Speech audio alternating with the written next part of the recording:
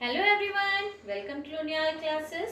Students, जैसा कि आपको पता है हमारा इकोनॉमिक्स का चैप्टर 3 मनी एंड क्रेडिट चल रहा है, जिसमें अब तक हम डिस्कस कर चुके हैं money as a medium of exchange, modern form of money, जिसमें हमने बात की थी करेंसी की और बैंक डिपॉजिट की, और व्हाट इज चेक की।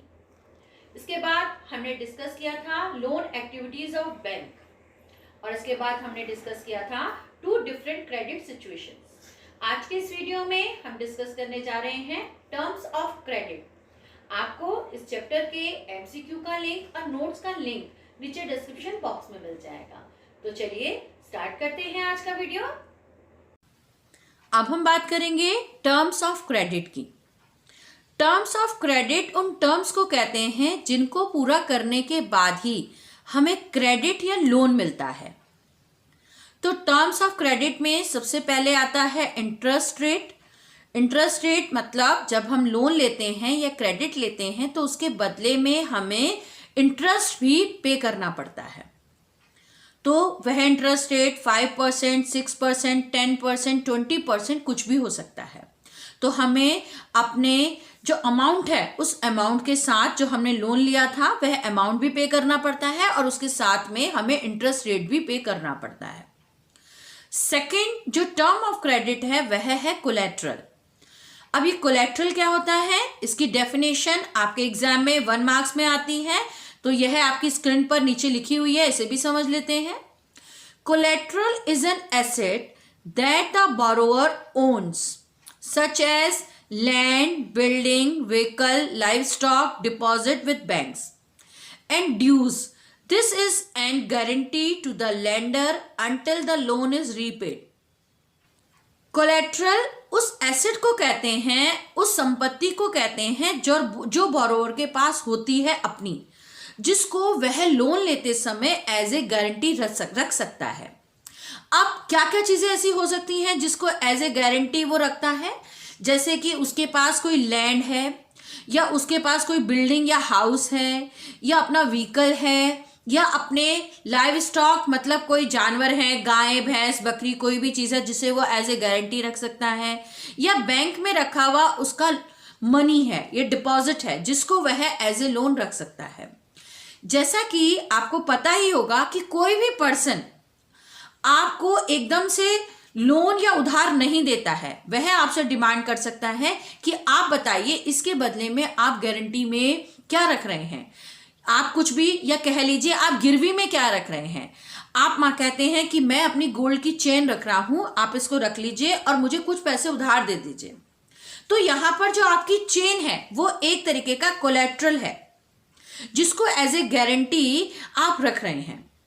और क्या होगा, अगर आप अपना लोन वापस नहीं करते तो आपको जो लेंडर, आपने जो चेन गिरवी में रखी थी वह चेन वो मार्केट में सेल कर देगा और उसके बदले में अपनी लोन की रिकवरी कर लेगा।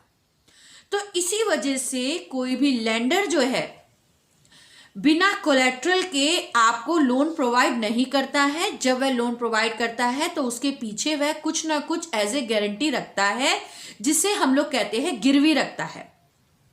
अब वह आपकी लैंड का पेपर भी हो सकते हैं, आपके घर के पेपर्स भी हो सकते हैं, आपकी कोई गाड़ी ट्रक भी हो सकता है, आपके घर में जानवर जो है, चाहे आपकी गाय है भैंस है, वो भी एज ए कोलेट्रल रखा जा सकता है, या बैंक में रखा हुआ आपका कुछ कैश मनी जो है वो भी एज ए कोलेट्रल हो सकता है। तो इस तरीके से कोलेट्रल ऐसी कोई भी चीज हो सकती है जिसे हम लोन लेते समय एज ए गारंटी रखते हैं या गिरवी रखते हैं। थर्ड चीज आती है डॉक्यूमेंटेशन रिक्वायरमेंट। इट मीन्स जब भी आप लोन लेते हैं तो लोन लेते समय आपको कुछ पेपर्स को फिल करना होता है, जिसमें आपके बारे में पूरी इंफॉर्मेशन होती है कि आप कहाँ रहते हैं, आपका रियल नेम क्या है, आप किस तरीके से, कौन सा आपके पास ऐसा सोर्स है जिससे आप जो है लोन की पेमेंट करेंगे, वो सारी इंफॉर्मेशन जो है उस पेपर में लिखी होती है।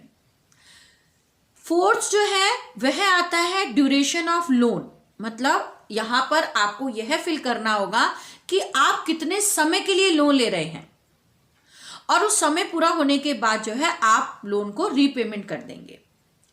लास्ट जो टर्म ऑफ क्रेडिट आता है वह आता है mode of repayment.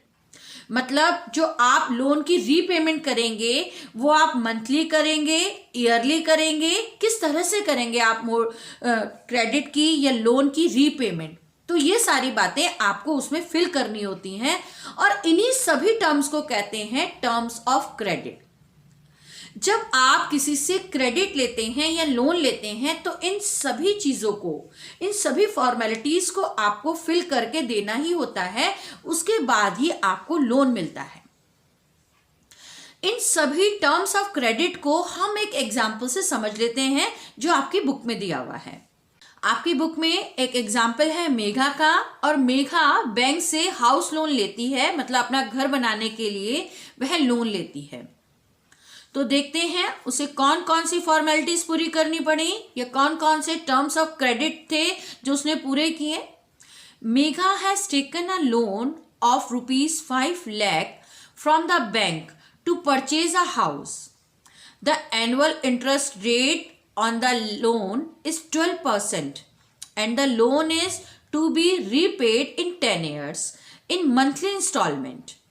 Megha has to submit to the bank documents showing her employment record and salary. Before the bank agreed to give her loan, the bank retained as collateral the paper of the new house, which will be returned to Megha only when she repays the entire loan with interest.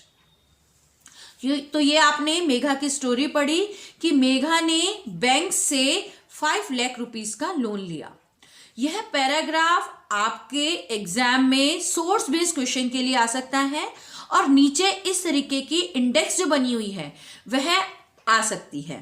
तो चलिए हम इस paragraph की help से इस index को fill करते हैं और इस इंडेक्स में वन साइड लिखे हुए हैं टर्म्स ऑफ क्रेडिट। इसमें सबसे पहला टर्म ऑफ क्रेडिट है लोन अमाउंट।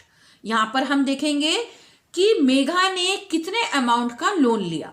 तो जैसा कि आपके पैराग्राफ में शो हो रखा है कि मेघा ने 5 लाख रुपीस का लोन लिया। सेकेंड टर्म ऑफ क्रेडिट है ड्यूरेशन ऑफ लोन। उसने कितने समय के लिए लोन लिया। तो मेघा ने जो लोन लिया वह लिया 10 ईयर्स के लिए। थर्ड टर्म ऑफ क्रेडिट है डॉक्यूमेंट्स रिक्वायर्ड। जब उसने लोन लिया तो उसको कौन से डॉक्यूमेंट ऐसे थे जो उसको बैंक को दिखाने पड़े। वह थे उसके एम्प्लॉयमेंट और सैलरी रिपोर्ट जो उसको बैंक को दिखानी पड़ी लोन लेते समय।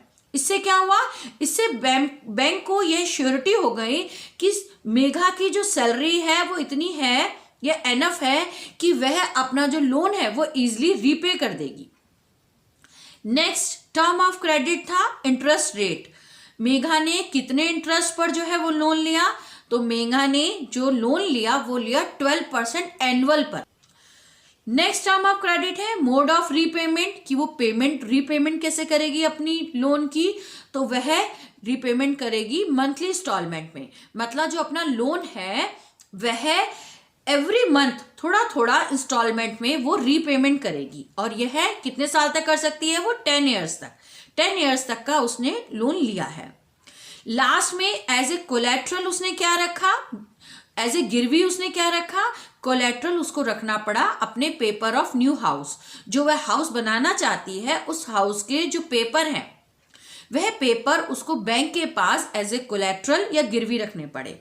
यह क्यों रखा बैंक ने इसलिए रखा कि मान लीजिए मेघा 10 ईयर्स के अंदर अपना लोन जो है वो रीपेमेंट नहीं कर पाती, और अगर वो रीपे नहीं कर पाएगी तो बैंक क्या करेगा, मेघा के हाउस के सेल कर देगा मार्केट में, और सेल करने के बाद वह अपनी जो लोन की रिकवरी कर लेगा। इसी वजह से बैंक जो है वो रखता है कोलेट्रल। तो ये अब आप अच्छे से समझ गए होंगे कि टर्म्स ऑफ क्रेडिट क्या होता है। तो ये था हमारा आज का टॉपिक। मुझे उम्मीद है आपके सभी डाउट्स क्लियर हुए होंगे। अगर आपके कोई डाउट्स हैं या कोई क्वेश्चन है तो मुझे कमेंट बॉक्स में लिखकर ज़रूर बताइएगा। बने रहिए मेरे साथ मेरे नेक्स्ट वीडियो में, जिसमें हम डिस्कस करेंगे variety of credit arrangement in a village. Thank you so much.